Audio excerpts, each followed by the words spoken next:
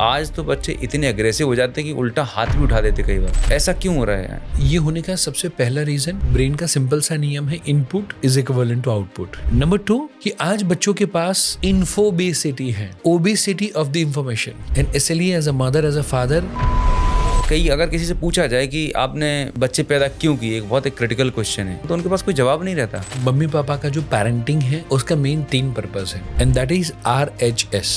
R is what? ज्यादातर ये बच्चे जो रिलेशनशिप बिल्ड करने चाहिए स्पाउस के साथ या फ्रेंड्स के साथ लॉन्ग टर्म के, वो ज्यादातर नहीं कर पाते। ऐसे पेरेंट्स के लिए क्या बोलना चाहेंगे? मतलब 6-7 साल का उम्र का बच्चा है, वो मतलब गद्दे पे कूद रहा है, वो तकिए पे लौट रहा है, कुछ भी कर रहा है। अकॉर्डिंग टू द साइकोलॉजी, जो चाइल्ड है ना वो फन ओरिएंटेशन साइकोलॉजी के साथ आते हैं, एंड जो एडल्ट है वो टास्क ओरिएंटेशन वाली साइकोलॉजी होती है। पनिशमेंट से यदि लोग सुधर जाते तो डोंट यू थिंक कि जेल से सारे संत महात्मा ही बाहर निकलने चाहिए? ऐसे कुछ बच्चे होते हैं जो बहुत जिद्दी होते हैं, मतलब बहुत स्टबन टाइप के होते हैं और गुस्सा भी बहुत आता है। तो इस टाइम पे एज अ पेरेंट स्टबन बच्चों को कैसे डिसिप्लिन में लेके आए? बच्चा जिद्दी है, गुड न्यूज, बहुत अच्छी बात है। बच्चे की जिद अच्छी बात है? अच्छी बात है। कैसे? हैप्पी पेरेंटिंग करते हुए एक हेल्दी, हैप्पी और एक रिस्पॉन्सिबल बच्चे को रेज करें। तो इस टॉपिक पे बात करने के लिए हमारे बीच बहुत ही खास गेस्ट हैं जिनके पास 20 साल से ज़्यादा का पेरेंटिंग एक्सपीरियंस है और लाखों लोगों को वो हेल्प कर चुके हैं एक अच्छे पेरेंट बनने में। तो मैं आपके बीच इनवाइट करने जा रहा हूँ none other than mister Parikshit Joganputra ji. So Parikshit sir, आपका बहुत बहुत स्वागत है आज मेरे इस पॉडकास्ट में। Thank you very much. Great. तो सीधी बात आपसे पूछना चाहूँगा, चूँकि आप एक पेरेंटिंग कोच हैं, पिछले 20-22 साल से लाखों पेरेंट्स को आपने एजुकेट किया है, हेल्प किया है कि अच्छे बच्चों की परवरिश कैसे की जाए। तो मैं जानना चाहता हूँ कि ज़माना बदल रहा है और हर ज़माने के हिसाब से टेक्नोलॉजी बदलती है, काम करने के तौर तरीके बदलते हैं, तो शायद पेरेंटिंग स्टाइल्स भी चेंज हो रही होगी। तो जब पेरेंट्स आपके पास आते हैं तो ऐसी वो कौन सी टॉप 5 चैलेंजेस हैं, प्रॉब्लम्स हैं जो मोस्ट ऑफ द पेरेंट्स आज की डेट में फेस कर रहे हैं? आई थिंक सबसे ज़्यादा मैं कहना चाहूँगा गुस्सा। बच्चों का जो गुस्सा है, एंगर या टेंट्रम है, वो बहुत ज़्यादा बढ़ता जा रहा है। ओके। सेकंड मैं कहना चाहूँगा and that is the mobile और द स्क्रीन एडिक्शन। तीसरा आता है बच्चों को पढ़ने में इंटरेस्ट नहीं आता। बच्चों का जो स्टडी के अंदर जो इंटरेस्ट होना चाहिए वो संभव नहीं है। मम्मी पापा फैसिलिटी सब कुछ दे देते हैं, ओके। पर फिर भी वो फैसिलिटी का यूज़ करके जो पढ़ना चाहिए वो बच्चा पढ़ता नहीं है। ये 3 सबसे इम्पॉर्टेंट, सबसे मेजर रहते हैं। उसके अलावा मे बी हेल्दी लाइफस्टाइल को लेकर, जंक फूड को लेकर भी ढेर सारे पेरेंट्स की ये चैलेंज रहती है। और उसके बाद में मे बी शायद कोई बिहेवियरल इश्यू हो गए या सिबलिंग राइवलरी, 2 भाई बहन के बीच में लड़ाई झगड़ा वगैरह। हालांकि उसके अलावा भी काफ़ी सारे रहते हैं, बट ये मुझे लगता है मोटे मोटे 5 इश्यू सबसे ज़्यादा रहते हैं। ओके। तो सबसे पहला जो इशू है वो है बच्चों का जो गुस्सा, राइट? ये क्यों बढ़ रहा है? मतलब पहले तो ये डर था कि हम एक्सप्रेस ही नहीं कर सकते थे गुस्सा, क्योंकि मालूम है कि सुटाई लगेगी, कुटाई लगेगी। लेकिन आज तो बच्चे इतने अग्रेसिव हो जाते हैं कि उल्टा हाथ भी उठा देते कई बार। राइट। तो ऐसा क्यों हो रहा है? सो ये होने का सबसे पहला रीज़न कि ब्रेन का सिंपल सा नियम है, input is equivalent to output. Okay. हम जब छोटे थे तो हमने कितने वायलेंस देखी, तो शायद ना के बराबर या थी ही नहीं, या कार्टून या जो भी इनकेस कुछ भी हम देखते थे वो भी डिसेंट हुआ करता था। राइट। एंड आज यदि बच्चे का कार्टून आप देखें सबसे पहले, तो वहाँ पर ढेर सारी वायलेंस है। बच्चे जो वीडियो गेम खेल रहे हैं उसके अंदर या तो रेसिंग होगी या तो मारधाड़ होगी। बिल्कुल। 2 ही चीज़ को लेकर, may be PUBG, free fire या कोई भी आप गेम को उठा के देख लेंगे। सो बच्चे का जो इनपुट है वही एंगर वाला जा रहा है, फ्रस्ट्रेशन वाला जा रहा है, ढेर सारा मारने वाला जा रहा है। एंड बिकॉज ऑफ दैट वो बच्चे के जो इमोशंस है वो कंपैरेटिवली मैं कहना चाहूँगा कि नाश पाते हैं। वो जो इमोशंस है किसी भी चीज़ को लेकर, जो फीलिंग है वो कंपैरेटिवली उनकी डैमेज हो जाती है। बिकॉज ऑफ दैट समहाउ उनका गुस्सा छोटी छोटी चीज़ों में बढ़ता जा रहा है। So number 1 reason. नंबर 2 कि आज बच्चों के पास इन्फोबेसिटी है। Okay. Right. Obesity of the information. Right. So may be शायद जो मुझे और आपको 18 साल पे या 20 साल पे जो नॉलेज नहीं था वो आज के 8 या 10 साल के बच्चे के पास है। Right. And now because of the overload of the information somehow बच्चे कभी कभी वो एक्सेस से नहीं कर पाते कि मेरे लिए क्या सही क्या गलत, और जो शॉर्टकट सही लगता है वही बच्चे अपना लेते हैं। राइट। तीसरा इंपॉर्टेंट रीजन, मम्मी पापा का बिहेवियर। बच्चे ने बचपन से देखा है कि मम्मी को जब अपनी पसंद का काम नहीं होता या अपनी पसंद का काम नहीं होता है तो मम्मी ऊंची आवाज में बात करती हैं, और उसने देखा है कि पापा की पसंद का काम जब नहीं होता तो पापा गुस्से से बात करते हैं। सो बच्चा क्या करता है, कॉम्बो पैक, एक पे एक फ्री, माने ऊंची आवाज में बात भी करता है और गुस्सा भी करता है। So okay. कभी कभी मम्मी पापा के बिहेवियर को बच्चा रिफ्लेक्ट करना शुरू कर देता है। सो ये मोटे मोटे ये 3 रीजन है जिसके कारण बच्चों में गुस्सा बढ़ता जा रहा है। तो आपका कहने का मतलब ये है कि बच्चे का जो बिहेवियर है, कई बार मैंने ही अपने आसपास में लोगों को देखा है, बच्चों को बोलते कि तुम कैसा बिहेवियर करने लगे हो, बहुत छोटे तो ठीक थे, लेकिन अब कैसे तुम जवाब देने लगे हो, कैसे मतलब तुम्हें मतलब कोई एटीट्यूड या स्कूल में तमीज नहीं तमीज है, नहीं है। स्कूल हाँ, में यही हाँ, सिखाया जा रहा है। हाँ। तो आप जैसे भी बात कर रहे थे कि बच्चा तो फोटो कॉपी है, गड़बड़ मास्टर प्रिंट में है। मास्टर प्रिंट में, माने जैसा ओरिजिनल कॉपी होगा जेरोक्स कॉपी वैसा ही निकलेगा। एंड इसलिए ओके। सारे माता पिता को कहता हूँ कि आप जो कहते हो वो बच्चा कभी नहीं करता। बच्चा वही करता है जो आप करते हो। राइट। एंड इसलिए as a mother as a father, यदि वो बच्चा बचपन से देखता है कि पापा ऑफिस से आने के बाद मुझे डांटने की फॉर्मेलिटी कंप्लीट करते हैं और फिर टीवी देखने, न्यूज़ देखने, मूवी देखने या वेब सीरीज देखने बैठ जाते हैं। बच्चा बचपन से देखता है कि मम्मा जब फ्री होती है तो इंस्टाग्राम की रील देखना शुरू कर देती है। वो देखता है कि दादा दादी जब भी फ्री होते हैं तो उनके टीवी प्रोग्राम चलते रहते हैं। तो नाउ बच्चे ने बचपन से क्या देखा है कि जब भी हमारे एडल्ट्स, जो भी बड़े लोग हैं, वो जब भी फ्री होते हैं वो टीवी देखते हैं। तो ना राइट। बच्चे के माइंड का प्रोग्रामिंग क्या हुआ कि मैं भी जब फ्री हूं तो मुझे क्या करना है, टीवी, मोबाइल। टीवी या मोबाइल देखना है। Right. So now mummy papa कह कुछ रहे हैं और कर कुछ रहे हैं, एंड बिकॉज ऑफ दैट बच्चा वही चीज को फॉलो करेगा जो आप कर रहे हो। बिहेवियर को मिमिक करेगा। बिहेवियर को मिमिक करेगा। Correct correct. सो इसलिए मुझे लगता है मम्मी पापा पहले अपने बिहेवियर के अंदर चेंज लाना शुरू करें तो ओरिजिनल कॉपी में बदलाव आएगा, तो जेरोक्स कॉपी में ऑटोमेटिकली बदलाव आएगा। अब ये बहुत अच्छी बात कही, और जो भी पेरेंट्स इस पॉडकास्ट को देख रहे हैं, मेरे ख्याल से कई अगर किसी से पूछा जाए कि आपने बच्चे पैदा क्यों किए, एक बहुत एक क्रिटिकल क्वेश्चन है, तो आप मेरे साथ कई बार ऐसा मैं लोगों से जब बात करता हूँ तो उनके पास कोई जवाब नहीं रहता। शादी हुई, करनी थी, कर लिए, बट कोई मोटिव, कोई ऑब्जेक्टिव, आपका क्या मतलब एक्सपीरियंस है? सो मेरा ये मानना है कि मम्मी पापा का जो पेरेंटिंग है उसका मेन 3 पर्पस है, and that is RHS। Okay. R is what, कि बच्चा रिस्पॉन्सिबल होना चाहिए।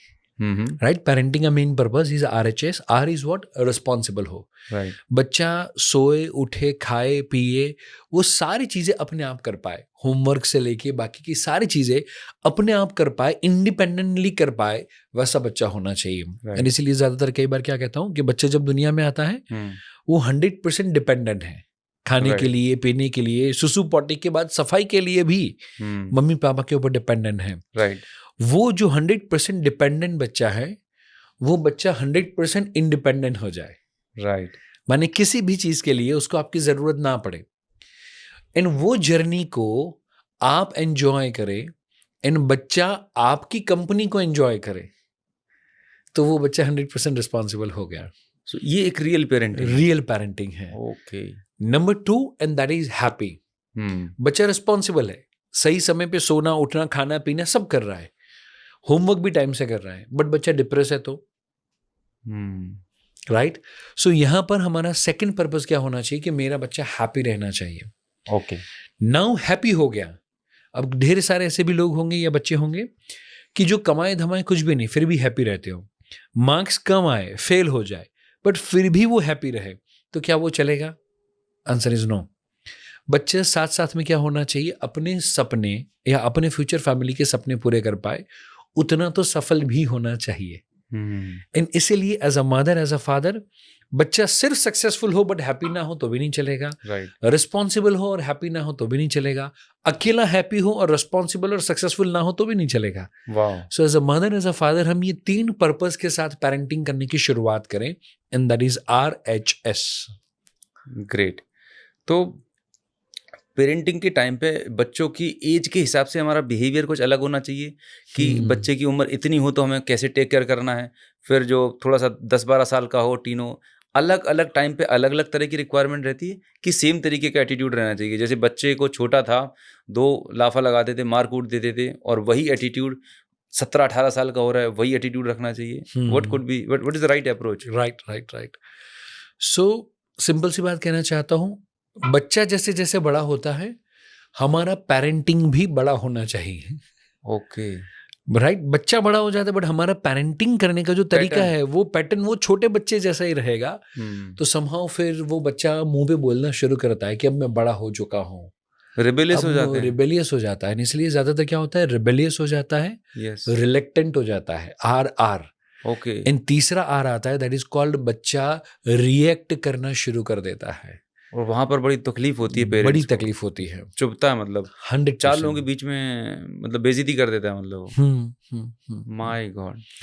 एंड इसीलिए हमें क्या करना है, तो हम आर एंड आर तीनों चीजें यदि बचना चाहते हैं तो एच एंड एच फॉर्मूला को ध्यान में रखना है। क्या बात है, आपने Right? मतलब पेरेंटिंग के लिए सारे फॉर्मूले बना रखे हैं। फॉर्मूलाज बना के रखे हैं, ग्रेट, अमेजिंग। एंड ताकि किसी भी पेरेंट को समझने और याद रखने के लिए थोड़ा इजी हो कब जाए, कौन सा फॉर्मूला लगाना है याद आ जाना याद आ चाहिए। जाए। ग्रेट। एंड वो वैसे है कि जल्दी से याद रह जाए। Yes yes. So 0 to 7 years mummy papa का प्राइमरी रिस्पॉन्सिबिलिटी इस बच्चे के हार्ट का डेवलप करे।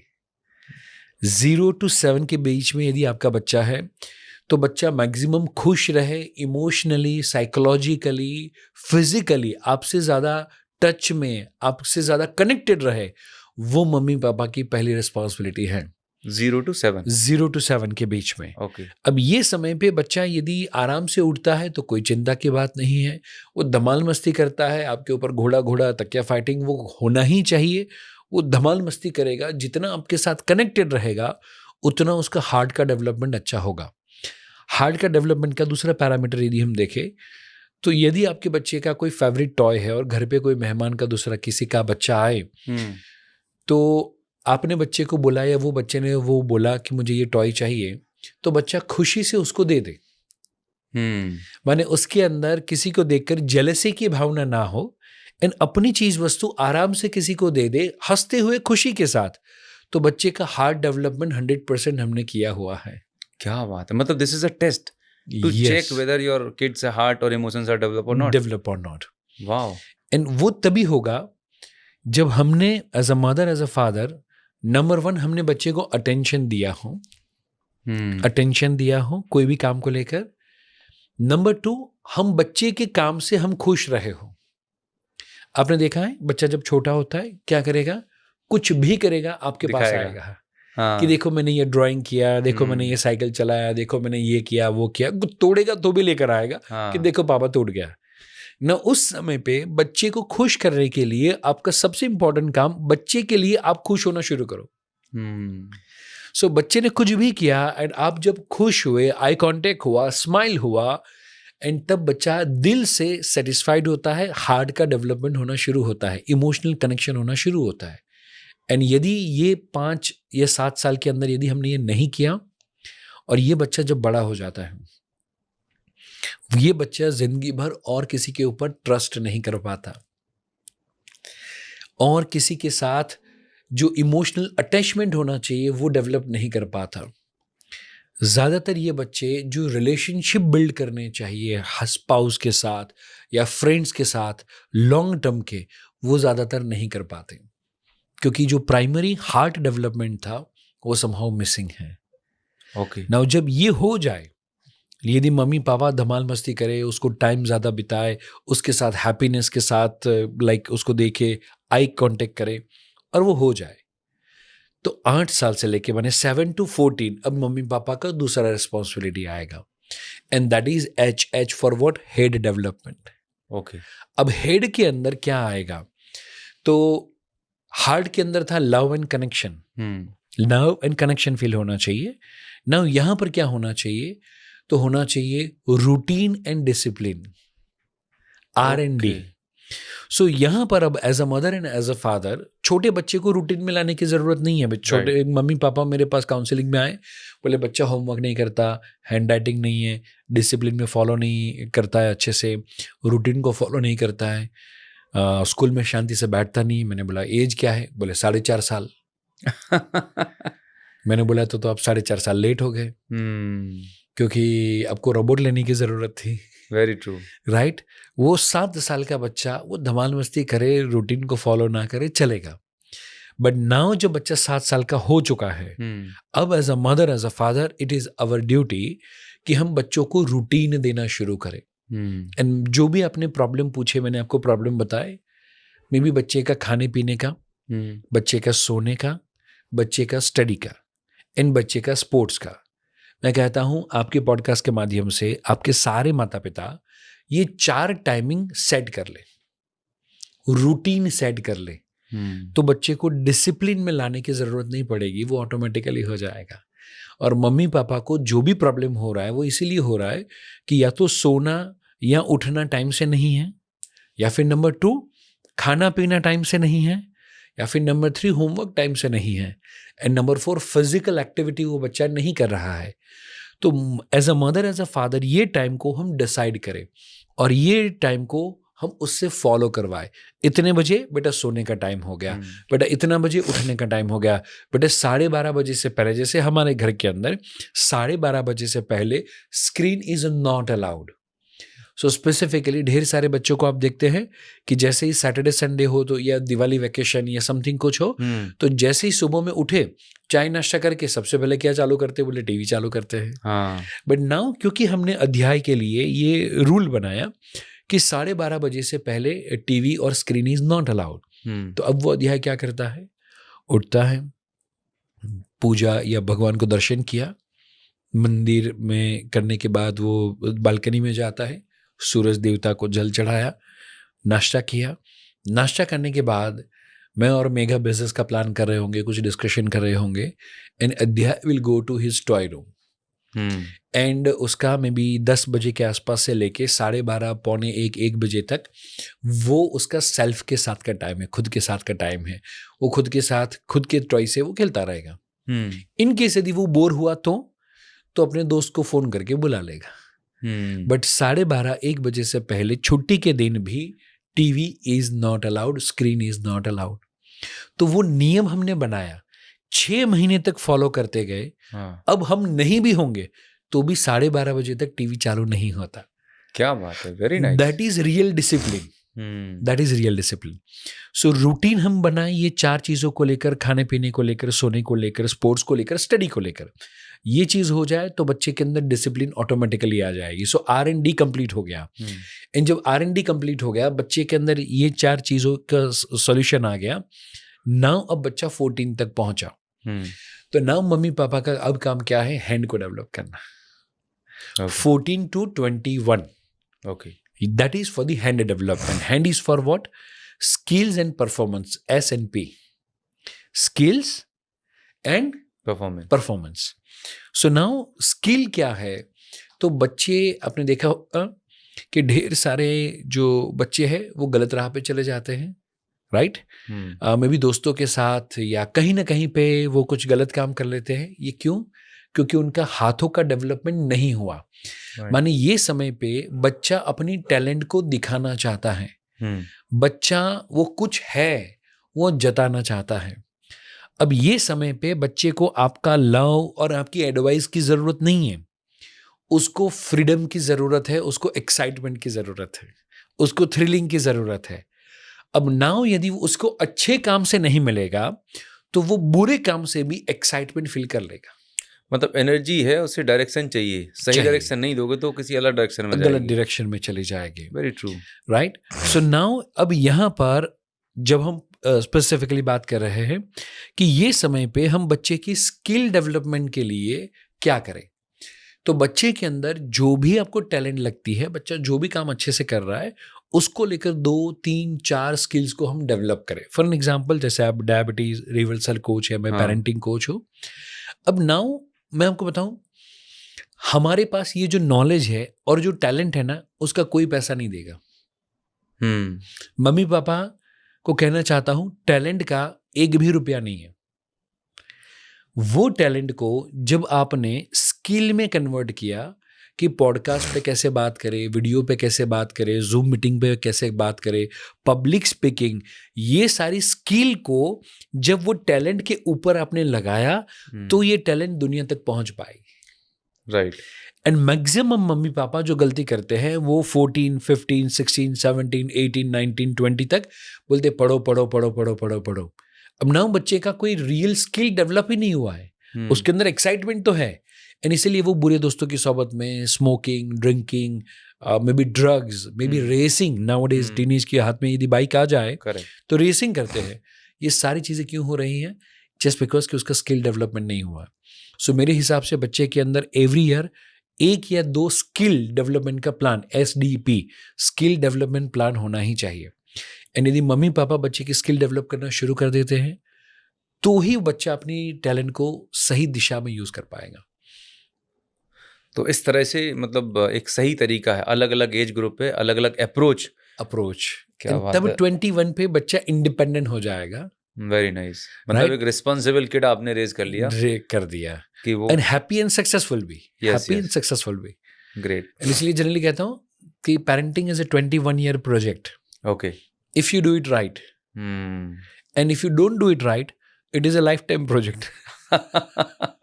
जिंदगी भर संभालते रहेंगे, जिंदगी भर संभालना पड़ेगा। देखा है बहुत सारे लोग जिंदगी भर इसी स्ट्रेस में रहते हैं कि मेरा बच्चा कुछ कर नहीं पाया, क्योंकि जब उसे अपब्रिंगिंग का टाइम था तो आप कहीं और बिजी थे। अब जो बात कही आपने छोटे बच्चों के ऊपर, तो सबसे बड़ा चैलेंज मैं देखता हूँ कि जब बच्चा खेलने के मूड में रहता है, सुबह मतलब 7 साल 6-7 साल का मस्ती करने के मूड में रहता है, तो उसे डांट के चुप कर दिया जाता है, शांत रहो, ज़्यादा उछलो कूदो मत, और बड़े मतलब है ना हैरेश वर्ड्स यूज़ करे जाते हैं। तो ऐसे पेरेंट्स के लिए क्या बोलना चाहेंगे? मतलब 6-7 साल का उम्र का बच्चा है, वो मतलब गद्दे पे कूद रहा है, वो तकिए पे लौट रहा है, कुछ भी कर रहा है, मतलब उससे ऐसा बिहेवियर एक्सपेक्ट करते हैं कि एज ए 24 साल का यंग एडल्ट हो, 25 साल का हो। बराबर। तो और उसको जो डांटना और तो और उसे मारना, ये कहाँ तक सही है? पहले मैं कहूँ कि बच्चा यदि सोफे पे कूदता है, हाँ, तो कूदना ही चाहिए, क्योंकि उसके बाप का घर है। राइट। यदि बच्चा अपने बाप के घर पे यदि नहीं कूदेगा, हाँ, तो कहाँ पर कूदेगा? पड़ोसी के थोड़ी जाएगा। राइट। और कहीं पे तो नहीं जाएगा।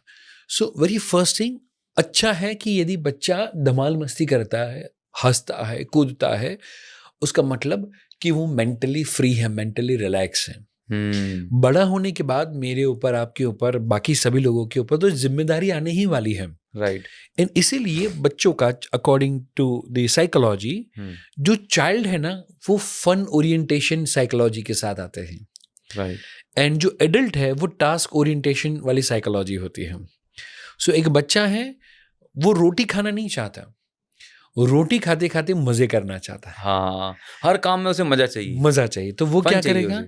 तो वो केचप का बोले स्माइली बना के दो तो रोटी खाऊंगा। बड़ा बोलता है भाई ये केचप है, ये रोटी है, तो खा ले। मम्मी पापा के लिए वो टास्क है।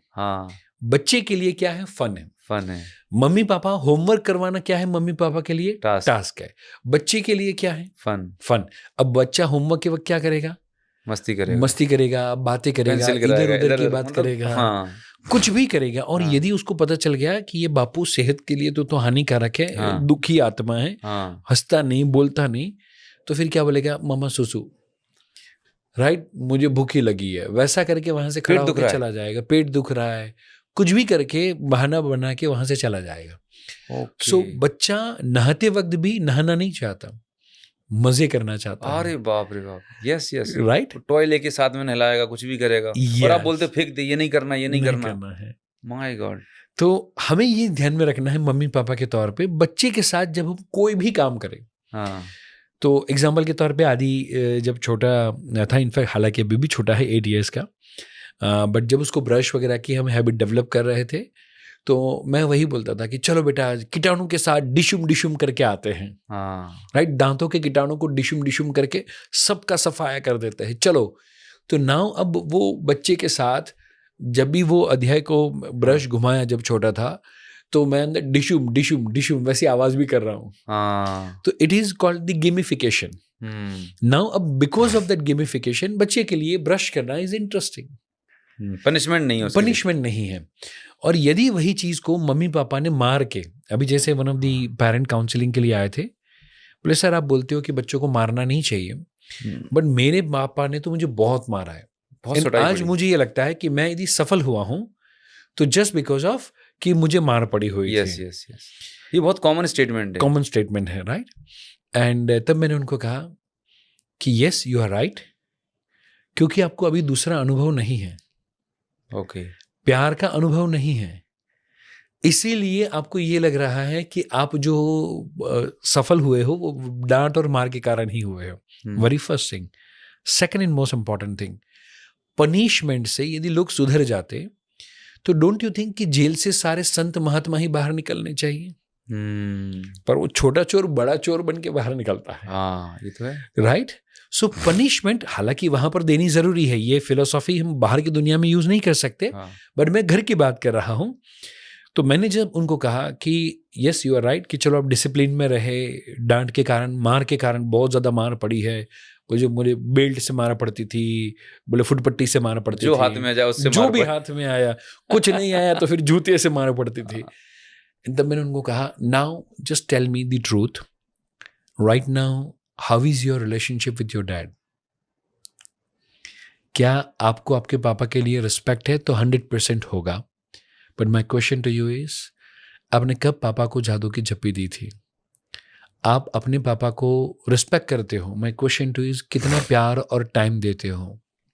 एंड तब वो पीछे बैठे और सोचने पे मजबूर हो गए कि यस मैं पापा से आज भी डरता हूँ, एंड आज भी पापा के साथ ज़्यादातर मेरी काम के अलावा की कोई बातचीत नहीं होती। ओके, सो वो डर से, मे बी हॉस्टल में डालने का डर दिखा दिया, दैट इज दी फियर। मार दिया, फियर Fear. या force, FNF, fear and force से आपको लॉन्ग टर्म का रिजल्ट कभी नहीं मिलेगा, बट लव एंड कनेक्शन से आपको शॉर्ट टर्म में रिजल्ट नहीं दिखेगा, बट रिजल्ट मिलेगा लॉन्ग टर्म में। वो आम की गुठली बोने के बराबर है। LNC, love and connection. Fear and force जो है वो हंटर मारा और वो गधा या घोड़ा दौड़ गया, यस, तो हमें गधे और घोड़े को तैयार नहीं करना, हमें एक इंसान को तैयार करना है जो सेल्फ मोटिवेटेड हो, जो रिस्पॉन्सिबल हो, जो अंदर से हैप्पी हो, जो सक्सेसफुल होने की तमन्ना उसके अंदर से हो। एंड सारे मम्मी पापा बुढ़ापे में, आपको बच्चों के पैसे नहीं चाहिए, उतना तो पैसा आजकल के मम्मी पापा कमा लेते हैं। राइट, आपको बुढ़ापे में क्या चाहिए पता है? बच्चे का respect, very true. And number 2 बच्चे का लव, कि बच्चा पूछे कि कैसी तबीयत है, क्या है, बर्थडे के दिन, एनिवर्सरी के दिन उसका कॉल आए, वो सरप्राइज पार्टी दे। ये 2 चीज़ की ज़रूरत है। वो चीज़ मिलेगी कब और कैसे? वो चीज़ आपने बच्चे को दी होगी तो। राइट, यदि हमने नहीं दी है तो वो बच्चा अब्रॉड स्टडी करने चला जाएगा, वहाँ पर करियर में सेटल हो जाएगा, बाद में वापस नहीं आते। 80-90% बच्चे वापस नहीं आते। ऐसे ढेर सारे बच्चों के साथ 20+ कंट्रीज़ में हम काम करते हैं। एंड ऐसे ढेर सारे बच्चे जब डीप डाइविंग, जब इनर चाइल्ड हीलिंग में हम जाते हैं तो उनका यही कहना होता है कि मम्मी पापा के साथ हमारे इतने ज़्यादा नेगेटिव इमोशंस है, बचपन में उतनी ज़्यादा डांट और मार पड़ी हुई है, और हमें फ्रीडम यहाँ पर इतना ज़्यादा मिल रहा है, तो we do not want to come back. My god. So वो रास्ता एस्केप और कहीं पे ढूंढ रहे हैं। एंड मम्मी पापा को लगता है कि शायद आज के बच्चे खराब है, पर मैं कहना चाहता हूँ पेरेंटिंग खराब है।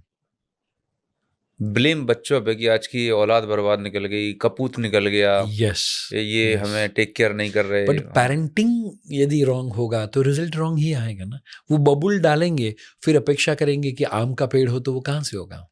कई बार ऐसा ही मुझे लगता है कि बीइंग ए पेरेंट मतलब आपका बच्चा आपका वो गुलाम नहीं है, मतलब कुछ भी तरीके से। और मैंने देखा, ऑब्जर्व किया, सुबह जैसे बच्चे को स्कूल पे लिए उठाना है, इतना फोर्सफुली, इतना चिल्ला के उसे जो 30 मिनट का होता है मेंटल टॉर्चर करना, क्या ये सही है? सबसे पहले ज़्यादातर मम्मी पापा को सबसे बड़ा जो स्ट्रेस शुरू होता है वो सुबह में मतलब दिन उठाने की से। शुरुआत, मतलब मैं ये कई बार हाँ। बोलता हूँ कि जस्ट अपने आप को उस बच्चे की तरह रख के देखो, तुम्हारे साथ कोई ऐसा बिहेव करे मॉर्निंग में, हम्म, हाउ विल यू फील? हम्म। उससे बच्चे की लॉन्ग टर्म साइकोलॉजी कितनी बड़ी बहुत ज़्यादा, इम्पैक्ट होती होगी सर। बहुत ज़्यादा।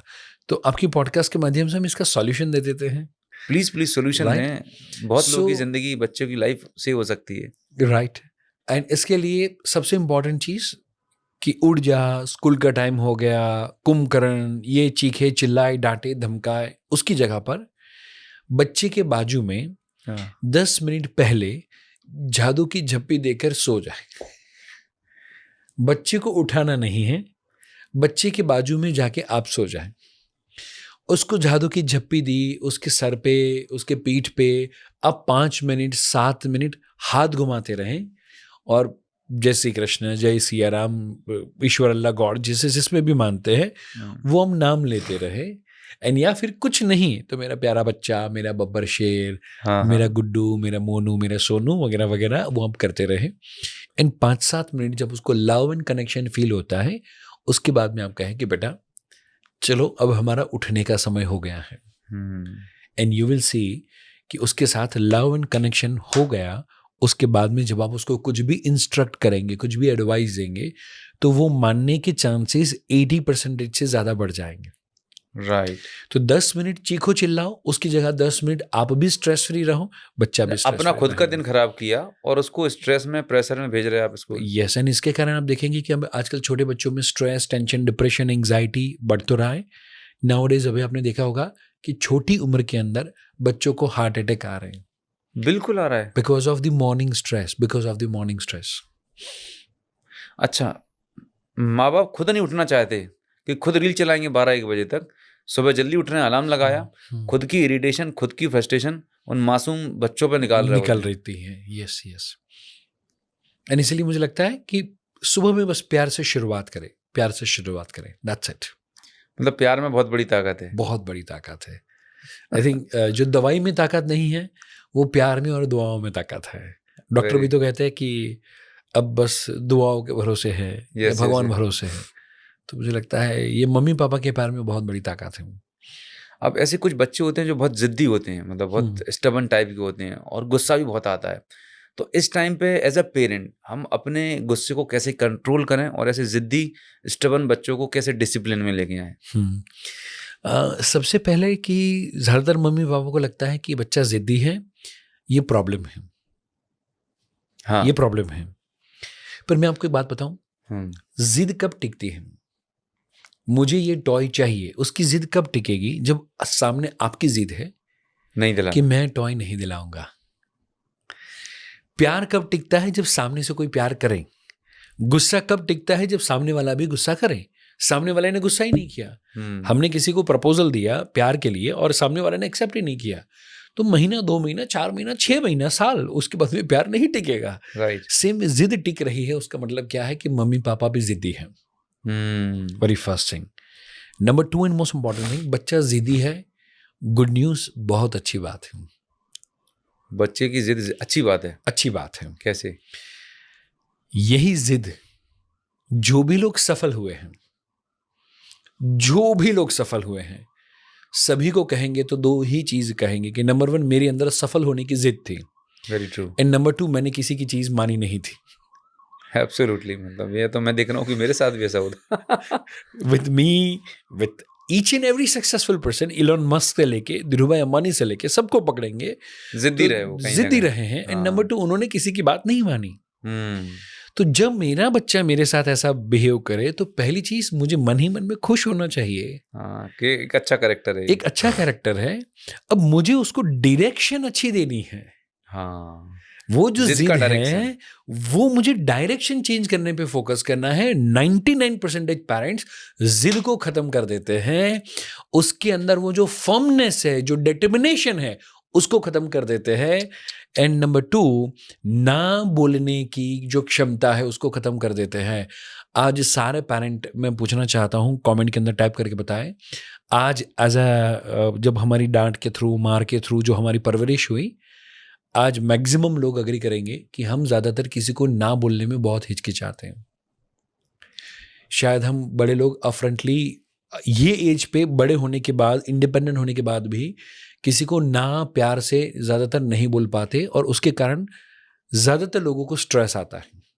जो हाँ, व्यक्ति को, यस, जो यस। रिलेटिव को ना कहना चाहिए था, कहीं पर हम फैमिली का टाइम था, हम कहीं पे मूवी के लिए, डिनर के लिए बाहर निकल रहे थे, और विदाउट इन्फॉर्मेशन कोई मेहमान घर पे आ जाए, माय गॉड। तो शायद वो मम्मी पापा उनको मना नहीं कर पाते, सॉरी आपने पहले बताया होता तो हाँ, हम फैमिली का प्लान नहीं करते, but now we have the हाँ। फैमिली प्लान, एंड हम अभी निकल ही रहे थे। वो 99% लोग बोल नहीं पाएंगे। ये नतीजा है कि जी हुजूरी या yes yes yes yes yes ये वाले बच्चे जो तैयार होंगे वो पीपल प्लीजिंग पर्सनालिटी बनेंगे। अकॉर्डिंग टू द साइकोलॉजी, हाँ, हाँ। They are called people pleasing personality. Okay. They will not think for themselves, they will think always for the people, and they want the validation from other people only. कि जब सामने वाले ने कहा ना कि आप अच्छे इंसान हो, तभी आप अच्छे हो, ओके। वरना मैंने मना किया तो सामने वाला क्या सोचेगा, यही चीज उनके दिमाग में चलती रहती है। सो पहला, जब बच्चा जिद करे तो 33% चीज वस्तु उसी समय पे ऑन द स्पॉट दिला दो। ओके। 33% चीज वस्तु स्कूल को लेकर है, पेन को लेकर है, राइटिंग को लेकर है, ड्राइंग को छोटी-छोटी लेकर चीजें है, रहती हैं, स्किल को बच्चा लेकर मतलब है, वो कोई छोटी छोटी चीजें हैं। तो वो 33% मर्सिडीज, BMW, फरारी नहीं मांगता वो। नहीं मांगता, उसको एक्चुअली सबसे ज्यादा समय चाहिए। समय चाहिए। वो जब जिद करता है ना, तो उसका मतलब क्या हुआ मालूम है? उसको आपका समय, टाइम एंड अटेंशन चाहिए। अटेंशन चाहिए। वो जब नहीं मिलेगा तो वो चीज वस्तु से वो चीज वस्तु को भरना चाहता है, कंपनसेट करना चाहता कंपनसेट है। करना चाहता है। राइट। सो नाउ यदि उस समय पे आपने उसको टाइम दे दिया, आपने उसको अटेंशन दे दिया, तो 99% वो चीज़ वस्तु भूल जाएगा। बट फिर भी मैं कहता हूँ 10 में से 33% चीज़ें उसको दिला दे, कि जिद करनी ही ना पड़े। बोले पापा चॉकलेट, ठीक है, ₹2 की चॉकलेट है, हफ्ते में एक बार यदि खा रहा है, वो चॉकलेट पूरा हो उससे पहले चल बेटा हम चल के जाते हैं, चॉकलेट खा कर आते हैं। दोनों काम हो गए। दोनों काम हो गए। नाउ नंबर 2, 33% चीजें डिले करें। सारी चीजें दिला दी तो सबसे बड़ा खतरनाक, तो आप भलाल देव तैयार कर रहे हो, तो अब दुर्योधन तैयार कर रहे हो। सारी डिमांड यदि हाँ बोल दी तो प्रॉब्लम है। तो पहला उसको यस दे। नाउ नंबर 2, उसको क्या देना चाहिए? हमें लेटर देना चाहिए, बाद में देना चाहिए, थोड़ा पेशेंस डेवलप हो। बच्चे ने बोला कि पापा आज बर्गर खाना है, पापा आज पिज्ज़ा खाना है। बेटा हमारा जंक फूड का जो डे है वो संडे है या सैटरडे है। राइट। तो सैटरडे को डेफिनेटली आप डिसाइड करके रखना, वो वाला पिज्ज़ा हम वो रेस्टोरेंट में जाके खाएंगे, and you just move on. आप वहां पे रहेंगे तो जिद बढ़ेगी। Correct, correct. पर आपने उसको मना नहीं किया। आपने बोला रूल इज वांट कि सैटरडे नाइट को पिज्जा या आपको पास्ता जो खाना है वो मिलेगा। राइट। एंड आप रेस्टोरेंट डिसाइड करके रखना, आप अपनी प्लेट डिसाइड करके रखना, मिलते हैं बेटा, वैसा करके वहां से थोड़ी देर के लिए गायब हो जाए। हाँ। सो ना वो बच्चे की जिद होगी ही नहीं। सो नंबर 1 पहले कुछ दिलाया, नंबर 2 कुछ चीज़ों के लिए बच्चे को एहसास दिलाया कि बेटा हफ्ते के बाद, 10 दिन के बाद, महीने के बाद। And now number 3, and that is no, कि ये नहीं मिलेगा। Say no to make your yes more powerful. Say no to make your yes more powerful. मैंने 10 में से 3 चीज़ों के लिए मना कर दिया कि लाइसेंस नहीं है। और कितने बच्चे होंगे जो विदाउट लाइसेंस पापा का या घर का स्कूटी या एक्टिवा लेकर निकलते होंगे बाहर? बहुत सारे। More than 90% before the age of 18। Maximum बच्चे मे बी 15-16 के होते। सोसाइटी में तो 12-13 पे वो लेकर निकलते ही निकलते हैं। अब यहाँ पर मम्मी पापा बोल दे नो, तो गारंटी के साथ, तो वो जो पोर्शे वाला कांड हुआ, या आए दिन हम देखते रहते हैं कि एक कॉलेज वाले बच्चा या कोई भी व्यक्ति ने और किसी को कार से उड़ा दिया है समथिंग, वो नहीं होगा। सो कुछ चीज़ें लीगली, एथिकली, मोरली अच्छी नहीं है, वो चीज़ को अपफ्रंटली मना करें। मे बी शायद उसको कोई चीज़ वस्तु ज़रूर है, बट वो उसके लिए ज़रूरी नहीं है, जैसे मोबाइल। राइट। तो मैं देखता हूँ 12 साल का बच्चा है और उसके हाथ में मम्मी पापा ने पर्सनल मोबाइल दे के रखा हुआ है, उसका इंटरनेट रिचार्ज होता है, और फिर मम्मी पापा बोलते हैं 13 साल का बच्चा है, उसको PS4 PS5 40-50 हज़ार रुपये का वो गेम स्टेशन ला के दिया है, फिर बोलते हैं पूरी रात खेलता है। काउंसलिंग के वन ऑफ द पेरेंट आए थे जिनका बच्चा 10th स्टैंडर्ड में था और ये चेयर में बैठ नहीं पा रहा था। My God. जहाँ पर हम पालती मार के बैठ सके उतनी हाँ। सारी जगह है, इतना वाइड चेयर है, यहाँ पर वो बच्चा बैठ नहीं पा रहा था। एंड काउंसलिंग के लिए उन्होंने टाइम बोला कि 4 बजे के बाद का। मैंने बोला क्यों 4 बजे के बाद का? तो दे सेड कि वो उठता ही 2 बजे है। My God. देन आफ्टर पूछने पे पता चला कि पापा ने, उसका बर्थडे था तब PS4 PS5 समथिंग कुछ ला के गिफ्ट में दिया, तब से अपने दोस्तों के साथ पूरी रात वो गेम ही खेल रहा है। इन 10th स्टैंडर्ड का बच्चा, काफ़ी सारे बाल सफ़ेद हो चुके हैं, ढेर सारा फैल चुका है, चारों दिशा में प्रोग्रेस हुआ है। नॉट ओनली दैट, आंखों के नीचे डार्क सर्कल है। My God. यदि वो बताए नहीं कि वो 10th स्टैंडर्ड का एग्जाम देने वाला बच्चा है, तो शायद यू विल अज्यूम हिम कि ये 40s के आसपास का कोई व्यक्ति है। माय, इतना जंक फूड खाना, गेम खेलना, पूरी रात जागना, एंड यही चीज़ लास्ट 1.5 साल से चल रही है। एंड मम्मी पापा ने उसको नो नहीं कहा। वो बच्चा जब कहता है कि मैं मोबाइल के बिना खाना नहीं खाऊंगा, मोबाइल दोगे तो ही मैं खाना खाऊंगा, तब मम्मी पापा इज्जत से नो बोले। वो उसकी हेल्थ के लिए अच्छा नहीं है। वहाँ पर यदि आप ना नहीं कहेंगे तो जो काम के लिए आप हाँ कहेंगे ना, उसकी कदर भी नहीं होगी। राइट। बट जब आपने बच्चे को 3-4 गलत काम है उसके लिए रोका हुआ है, उसके बाद में जब आप बोलेंगे ना कि चल बेटा चॉकलेट के लिए ना, चल हम चलते हुए जाते हैं, आइसक्रीम, चल हम वॉक करके जाते हैं, आइसक्रीम खा के आते, तो वो एक आइसक्रीम हफ्ते का मीठा लगेगा, जब बाकी के 6 दिन उसने नो सुना हुआ है। Yes yes. एंड फिर एक दिन आइसक्रीम मिलेगा, वो उसको ज़्यादा हैप्पीनेस देगा, वो उसको ज़्यादा पेशेंस देगा। वो रियल लाइफ भी ऐसी ही है कि रियल लाइफ में जो मांगते हो सारी चीज़ मिल जाती है। Answer is no.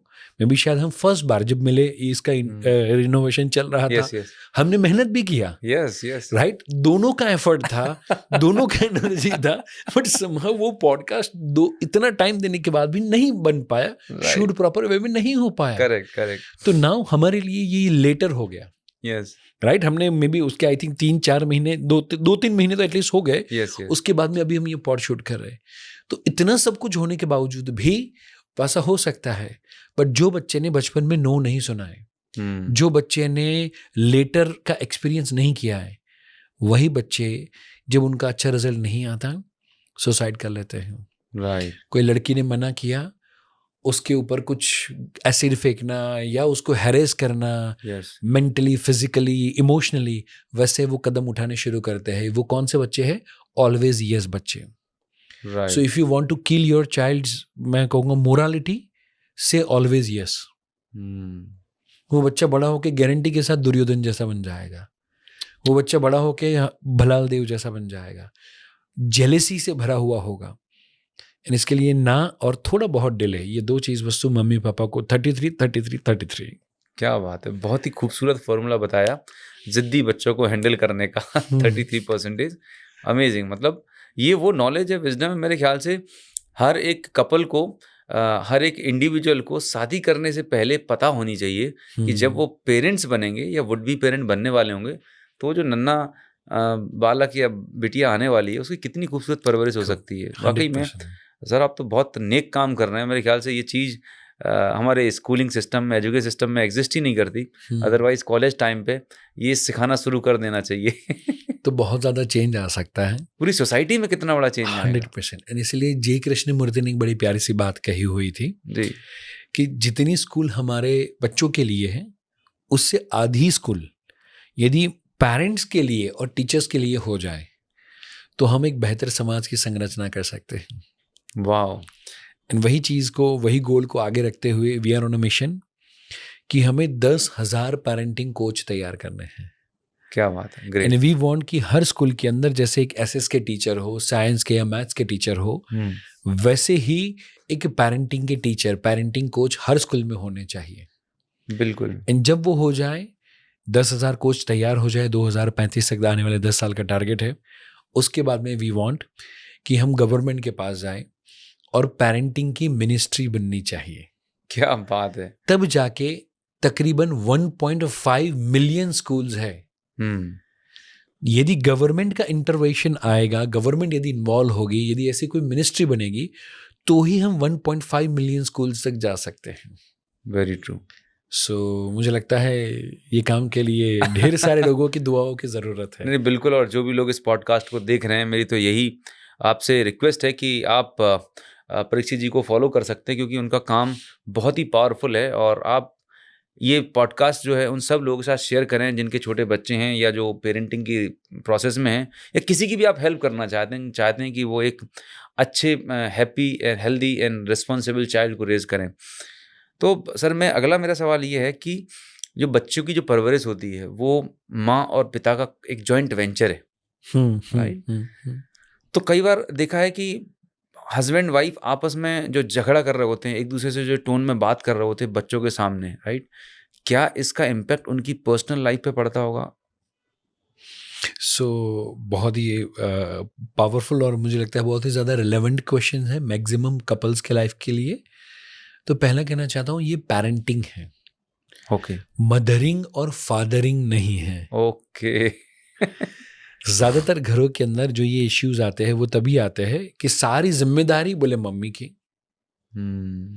कुछ अच्छा किया तो बोले मेरा बेटा, कुछ अच्छा नहीं हुआ तो बोले तेरा बेटा, तेरे बेटे ने ये किया, तेरे बेटे ने वो किया। तो पहली चीज कि ये पेरेंटिंग है, माने मम्मी और पापा दोनों की रिस्पॉन्सिबिलिटी है। ये हम एज अ कपल पहले एक्सेप्ट करें। 50-50 नहीं, 100-100 है।